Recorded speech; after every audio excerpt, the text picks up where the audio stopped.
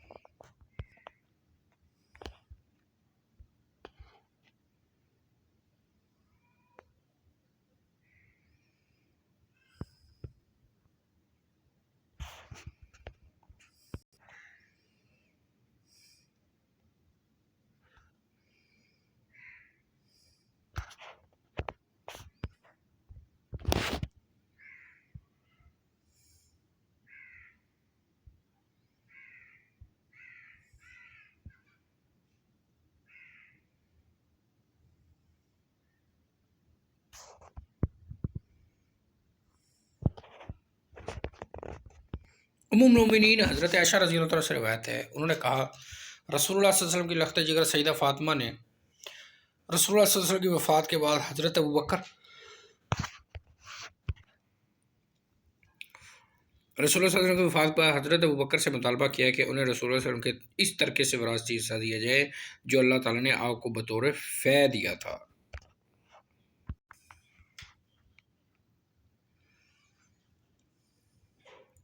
3093 حضرت ابوبکر صدیق رضی اللہ تعالیٰ نے سیدہ فاطمہ سے کہا رسول اللہ صلی اللہ علیہ وسلم نے فرمایا تھا ہمارا ترکہ بطور وراثت تقسیم نہیں ہوتا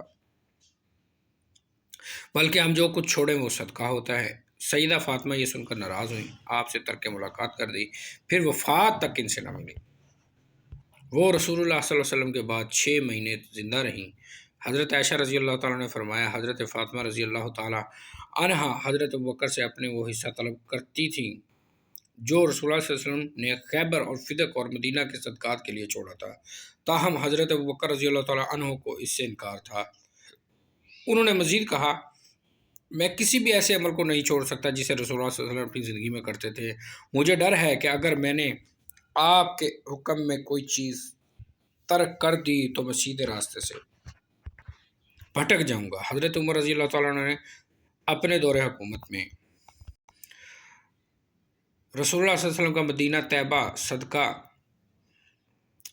حضرت علی اور حضرت عباس کے سپرد کر دیا، البتہ خیبر اور فدق کے جائیداد کو حضرت عمر نے روک لیا اور فرمایا کہ یہ دونوں رسول اللہ صلی اللہ علیہ وسلم کے لیے صدقہ ہیں جو ان ہنگامی ضروریات کے لیے وقف ہیں جو آئے دن پیش آتی رہتی ہے، ان کا انتظام انصرام اس شخص کے حوالے ہوگا جو خلیفہ وقت ہو۔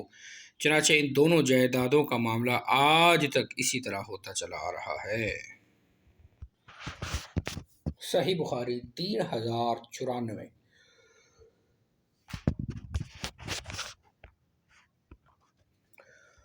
حضرت مالک بن اوس رضی اللہ تعالیٰ عنہ سے روایت ہے، میں دن چڑھے اور اہل خانہ کے ساتھ بیٹھا ہوا تھا کہ اچانک حضرت عمر بن خطاب رضی اللہ عنہ کی طرف سے ایک قاصد میرے پاس آیا اور کہا امیر المومنین آپ کو بلا رہے ہیں۔ میں اس کے ساتھ ہی روانہ ہو گیا، حتیٰ کہ باغ فدق کے معاملے میں اگر کوئی پوری کی پوری ڈیٹیل پڑھنا چاہتا ہو، وہ 3092 سے لے کر اور 94 والی جو حدیث ہے یہ ڈال کے تینوں حدیث پڑھیں گے تو اس میں باغ فدق کا معاملہ اور حضرت ابوبکر اور حضرت بی بی فاطمہ رضی اللہ تعالیٰ عنہا کا جو معاملہ ہے وہ سمجھ میں آ جائے گا۔ صحیح بخاری 3095۔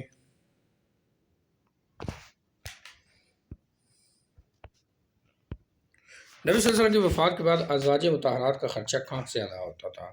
3096 حضرت ابو ہریرہ رضی اللہ عنہ سے روایت ہے رسول اللہ صلی اللہ علیہ وسلم نے فرمایا میرے وراثت میرے بعد 1 دینار بھی تقسیم نہ کریں بلکہ میں جو چیز چھوڑ جاؤں اس میں سے میرے عملوں کی تنخواہیں اور میری بیویوں کا خرچ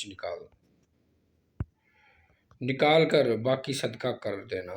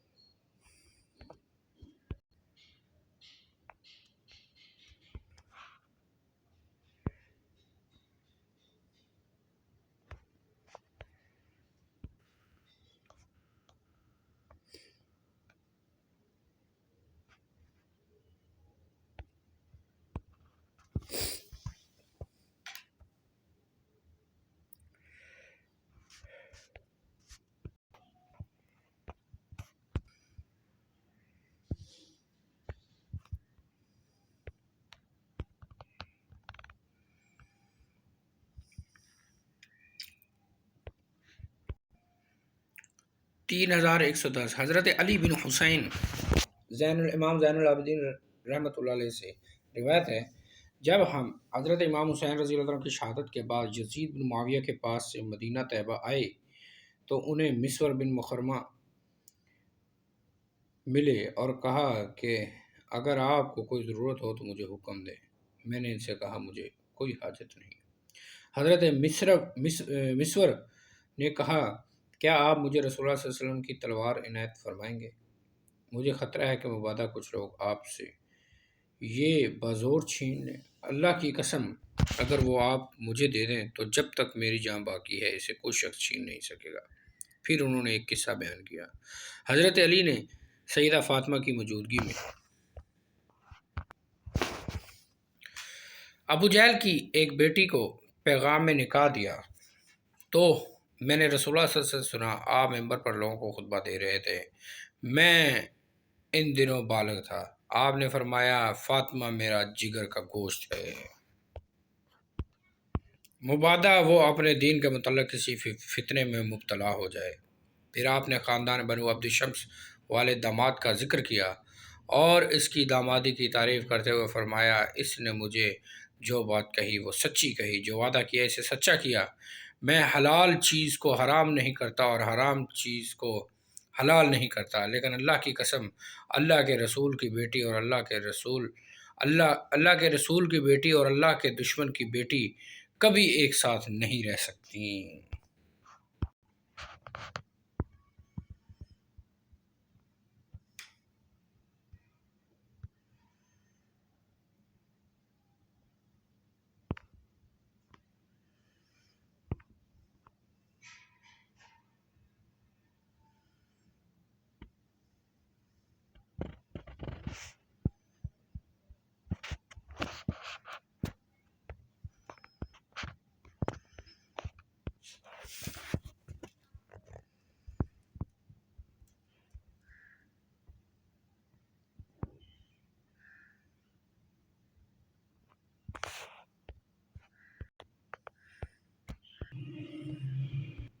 حضرت جابر بن عبداللہ رضی اللہ تعالیٰ سے روایت ہے، انہوں نے فرمایا ہم انصار میں سے ایک شخص کا لڑکا پیدا ہوا تو اس نے اس کا نام قاسم رکھا۔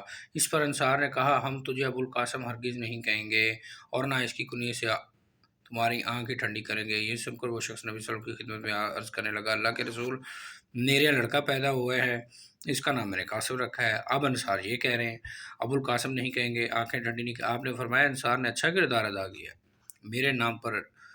میرے نام پر نام تو رکھ لو مگر میری کنیت مت اختیار کرو، کیونکہ قاسم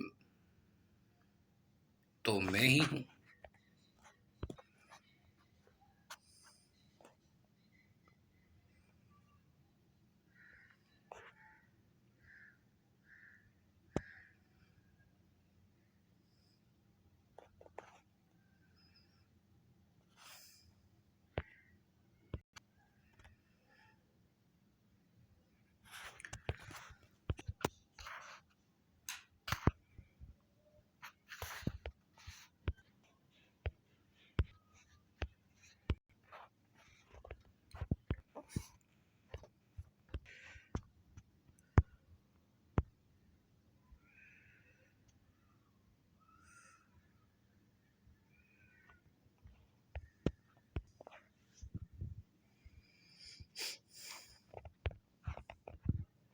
حضرت ابو موسیٰ اشعری رضی اللہ عنہ سے روایت ہے، ایک دیہاتی نے نبی صلی اللہ علیہ وسلم سے عرض کیا ایک شخص حصول غنیمت کے لیے لڑتا ہے، دوسرا شہرت و ناموری کے لیے میدان جنگ میں آتا ہے، تیسرا اس لیے لڑتا ہے کہ اس کی دھاک بیٹھ جائے، تو ان میں سے اللہ کے راستے میں کون؟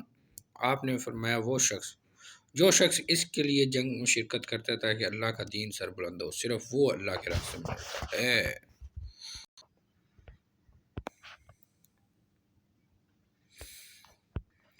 3128 حضرت انس بن مالک رضی اللہ عنہ سے روایت ہے، انہوں نے کہا انصار کے آدمی نبی صلی اللہ علیہ وسلم کی خدمت کے لیے کھجوروں کے درخت مختص کر دیے تھے۔ جب بنو قریظہ اور بنو نذیر کے علاقے فتح ہو گئے تو اس کے بعد آپ نے ان کے درخت ان کو واپس کر دیے۔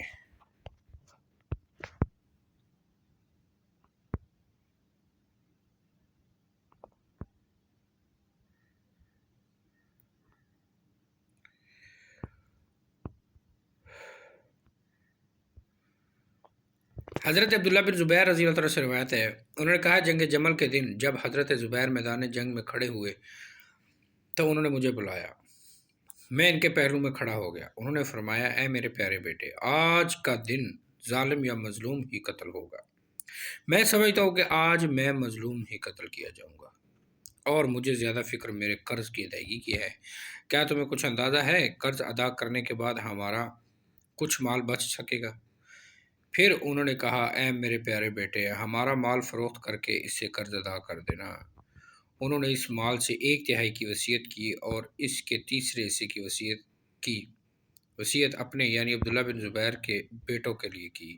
انہوں نے فرمایا، وصیت کی تہائی میں 3 حصے کر لینا، اگر قرض کی ادائیگی کے بعد ہمارے اموال میں سے کچھ بچ جائے تو اس کی 1/3 کا تیسرا حصہ تیرے بچوں کے لیے ہوگا۔ حضرت عبداللہ رضی اللہ تعالیٰ عنہ کے کچھ بیٹے حضرت زبیر کے لڑکوں کے ہم عمر تھے، جیسے خبیب اور عباد، اور زبیر کے اس وقت 9 بیٹے اور 9 بیٹیاں تھیں۔ عبداللہ بن زبیر رضی اللہ عنہ نے کہا، انہوں نے مجھے قرض ادا کرنے کی وصیت کی اور کہا، اے میرے لخت جگر، اگر تو قرض ادا کرنے سے عاجز ہو جائے تو میرے مالک و مولا سے مدد طلب کرنا۔ انہوں نے حضرت عبداللہ بن زبیر نے کہا، اللہ کی قسم میں ان کی بات نہ سمجھ سکا کہ انہوں نے کیا ارادہ کیا تھا، یہاں تک کہ میں نے عرض کیا، ابو جان، آپ کا مولا کون ہے؟ انہوں نے فرمایا، میرا مولا اللہ ہے۔ عبداللہ بن زبیر نے کہا، اللہ کی قسم مجھے ان حضرت زبیر کا قرض ادا کرنے میں جو بھی دشواری ہوئی، میں نے اسے ان الفاظ میں دعا کی، اے زبیر کے مولا، ان کا قرض ادا کر دے، تو ادائیگی کی صورت پیدا ہو جاتی تھی۔ چنانچہ جب حضرت زبیر شہید ہوئے تو انہوں نے ترکے میں کوئی درم و دینار نہیں چھوڑے تھے، صرف زمین کی صورت میں جائیداد تھوڑی تھی۔ غابہ کی زمین بھی ان میں شامل تھی۔ 11 مکانات مدینہ طیبہ میں تھے، 2 مکان بصرہ میں، 1 مکان کوفہ میں، 1 مصر میں تھا۔ حضرت عبداللہ بن زبیر نے بیان کیا کہ ان پر اتنے قرض کی کیفیت یہ تھی کہ جب ان کے پاس کوئی شخص اپنا مال بطور امانت رکھنے کے لیے آتا تو حضرت زبیر اسے کہتے، یہ امانت نہیں بلکہ قرض ہے، مجھے اس کے ضائع ہونے کا اندیشہ ہے۔ حضرت زبیر کسی علاقے کے امیر نہیں بنے، نہ وہ خراج وصول کرنے پر کبھی مقرر ہوئے، اور نہ انہوں نے کوئی دوسرا عہدہ ہی قبول کیا۔ البتہ وہ نبی صلی اللہ علیہ وسلم، حضرت ابوبکر، عمر اور عثمان کے ہمراہ جہاد کے لیے ضرور جاتے۔ حضرت عبداللہ بن زبیر نے کہا، میں نے ان کے ذمہ قرض کا حساب کیا تو 22 لاکھ تھا۔ ایک دن حضرت حکیم بن حزام عبداللہ بن زبیر سے ملے تو فرمایا، میرے بھتیجے، میرے بھائی کے ذمہ کتنا قرض ہے؟ حضرت عبداللہ رضی اللہ تعالیٰ نے اصل رقم کو چھپا کر کہا، 1 لاکھ۔ حضرت حکیم بن حزام نے کہا، اللہ کی قسم، میرے خیال کے مطابق تمہارے پاس جو موجود سرمایہ یہ قرض ادا نہیں ہو سکے گا۔ حضرت عبداللہ بن زبیر رضی اللہ تعالیٰ عنہما نے کہا، آپ مجھے بتائیں، اگر قرض 22 لاکھ ہو تو کیا ہوگا؟ انہوں نے فرمایا، پھر تو اتنا قرض تمہاری برداشت سے بھی باہر ہے، بہرحال اگر تم قرض کی ادائیگی سے کبھی عاجز ہو جاؤ تو مجھ سے اس سلسلے میں مدد لے لینا۔ حضرت عبداللہ نے کہا کہ حضرت زبیر کی غابہ کی زمین 1,70,000 میں خریدی تھی، لیکن عبداللہ نے اسے 16 لاکھ میں فروخت کیا۔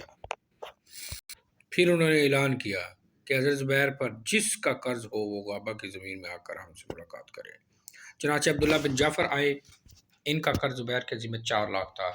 انہوں نے حضرت عبداللہ سے کہا، اگر تم چاہو تو یہ قرض چھوڑ سکتا ہوں، لیکن عبداللہ نے کہا، ایسا نہیں ہو سکتا۔ پھر عبداللہ بن جعفر نے کہا، اگر تم قرض کو مؤخر کرنا چاہو تو اسے مؤخر کر سکتا ہوں۔ حضرت عبداللہ بن زبیر نے کہا، جی نہیں۔ اس کے بعد عبداللہ بن جعفر نے کہا، مجھے غابہ کی زمین سے کچھ حصہ دے دو۔ حضرت عبداللہ بن زبیر نے کہا، آپ کے لیے یہاں سے وہاں تک قطع ہے۔ راوی بیان کیا ہے کہ حضرت زبیر کی جائیداد فروخت کر کے ان کا قرض ادا کر دیا۔ جب تمام قرض کی ادائیگی ہوگی تو ابھی غابہ کی جائیداد میں 4.5 حصے باقی تھے جو فروخت نہیں ہوئے تھے۔ تب وہ عبداللہ بن زبیر حضرت معاویہ رضی اللہ عنہ کے پاس آیا اور وہاں عمرو بن عثمان، منذر بن زبیر اور ابن زمہ بھی موجود تھے۔ حضرت معاویہ نے دریافت کیا کہ غابہ کی زمین قیمت کتنی لگی؟ انہوں نے بتایا کہ ہر حصے کی قیمت 1 لاکھ طے ہوئی۔ حضرت معاویہ نے کہا، کتنا باقی رہ گیا؟ حضرت عبداللہ نے کہا، 4.5 حصے باقی رہ گیا۔ حضرت منذر بن زبیر نے کہا، ایک حصہ 1 لاکھ میں لیتا ہوں عمر بن عثمان نے کہا دوسرا حصہ میں رکھتا ہوں۔ ابن زما گویا ہوئے تیسرا حصہ میں 1 لاکھ میں خرید لیا۔ حضرت معاویہ نے فرمایا اب کتنا باقی رہا؟ عبداللہ نے کہا اب 1.5 حصہ باقی رہ گیا ہے، تو انہوں نے فرمایا میں نے 1.5 لاکھ میں خریدا۔ راوی کہتے ہیں حضرت عبداللہ بن جعفر نے اپنا حصہ 6 لاکھ میں فروخت کیا۔ حضرت عبداللہ بن زبیر جب اپنے والد گرامی کا قرض ادا کرنے سے فارغ ہوئے تو حضرت زبیر کے دوسرے بیٹوں نے کہا اب ہماری وراثت ہمیں تقسیم کر دیں، تو عبداللہ نے کہا اللہ کی قسم میں تم میں وراثت تقسیم نہیں کروں گا حتیٰ کہ ایام حج میں 4 سال تک یہ اعلان نہ کرتا رہوں کہ جس شخص کا زبیر کے ذمہ کوئی قرض ہے وہ آ کے مجھ سے ملے، ہم اسے قرض ادا کریں گے۔ چنانچہ عبداللہ ہر سال حج کے موقع پر اعلان کرتے رہے۔ جب 4 سال گزرے تو انہوں نے ان کی جائیداد ورثہ میں تقسیم کی۔ حضرت زبیر کی 4 بیویاں تھیں۔ وصیت کی 1/3 علیحدہ کرنے کے بعد ہر بیوی کو 12 لاکھ ملے۔ اس طرح حضرت زبیر کی تمام ترکے کی مالیت 5 کروڑ 2 لاکھ تھی۔ 3130 حضرت ابن عمر رضی اللہ تعالیٰ عنہما سے روایت ہے، انہوں نے فرمایا حضرت عثمان غزوہ بدر میں اس لیے حاضر نہ ہو سکے کہ ان کی بیوی جو رسول اللہ صلی اللہ علیہ وسلم کی صاحبزادی تھی ان دنوں بیمار تھی۔ رسول اللہ نبی صلی اللہ علیہ وسلم نے ان سے فرمایا تم ٹھہر جاؤ، تمہیں اس شخص کے برابر حصہ اور ثواب دیا جائے گا جو بدر میں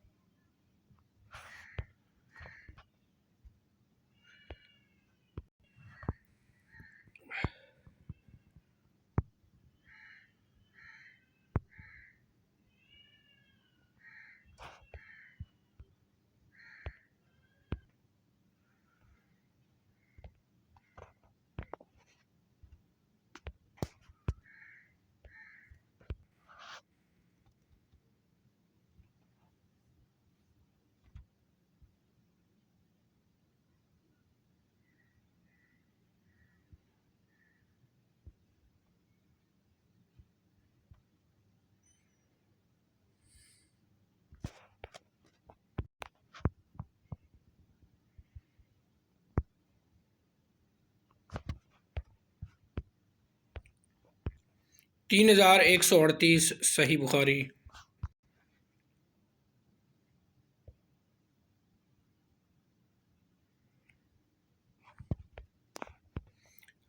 معتب بن عدی وہ شخص ہے جس نے قریش کے اس معاہدے کو ختم کرانے کے لیے اہم کردار ادا کیا تھا جو بنو ہاشم اور بنو مطلب سے بائیکاٹ کے متعلق تھا۔ نیز اس نے رسول اللہ صلی اللہ علیہ وسلم کو طائف سے واپسی کے وقت اپنے ہاں پناہ دی تھی۔ رسول اللہ صلی اللہ علیہ وسلم اسے بدلہ دینا چاہتے تھے۔ معتب بن عدی حضرت جبیر بن معتم رضی اللہ تعالیٰ سے روایت ہے کہ نبی صلی اللہ علیہ وسلم نے اسیران بدر کے متعلق فرمایا تھا اگر معتم بن عدی زندہ ہوتا اور وہ ان نجس اور گندے لوگوں کی سفارش کرتا تو میں اس کی سفارش سے انہیں چھوڑ دیتا۔ ہائے ہائے ہائے۔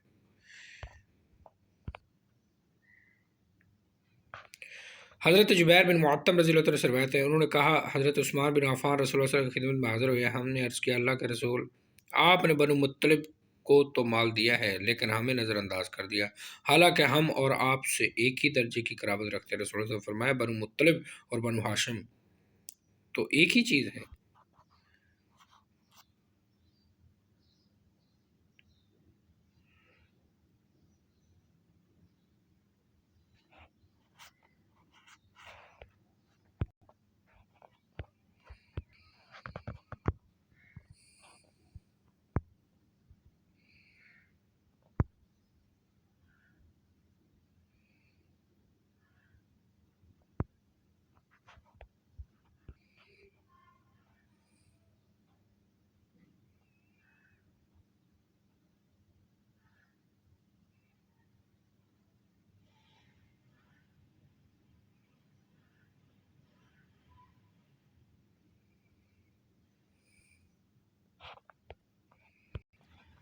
حضرت ابو قتادہ رضی اللہ عنہ سے روایت ہے غزوہ حنین کے سال ہم رسول اللہ صلی اللہ علیہ وسلم کے ہمراہ روانہ ہوئے، جب ہمارا دشمن سے آمنا سامنا ہوا تو مسلمانوں میں سے کچھ اضطراب کی کیفیت۔ اس دوران میں نے ایک مشرک کو دیکھا، وہ ایک مسلمان پر سوار ہے، یہ دیکھ کر میں اس کی گرد گھوما، پیچھے سے آ کر میں نے اس کے کندھے پر تلوار ماری۔